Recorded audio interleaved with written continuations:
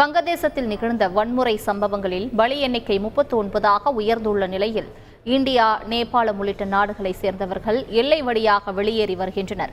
பாகிஸ்தானுக்கு எதிரான போரில் உயிரிழந்த ராணுவ வீரர்களின் குடும்பத்தினருக்கு அரசு பணியில் 30% இடஒதுக்கீடு வழங்கும் முறை வங்கதேசத்தில் இருந்து வந்தது.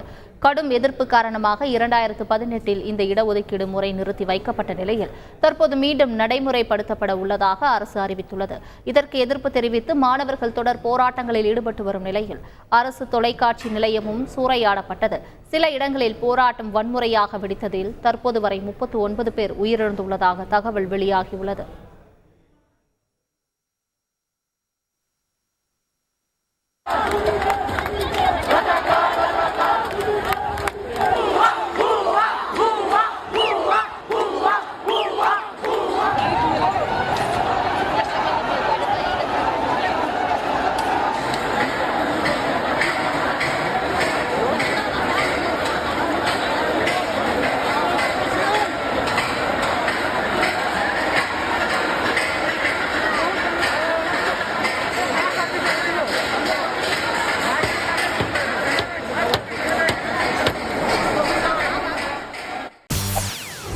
செய்திகளை உடனுக்குடன் தெரிந்து கொள்ள உடனே சப்ஸ்கிரைப் பண்ணுங்க.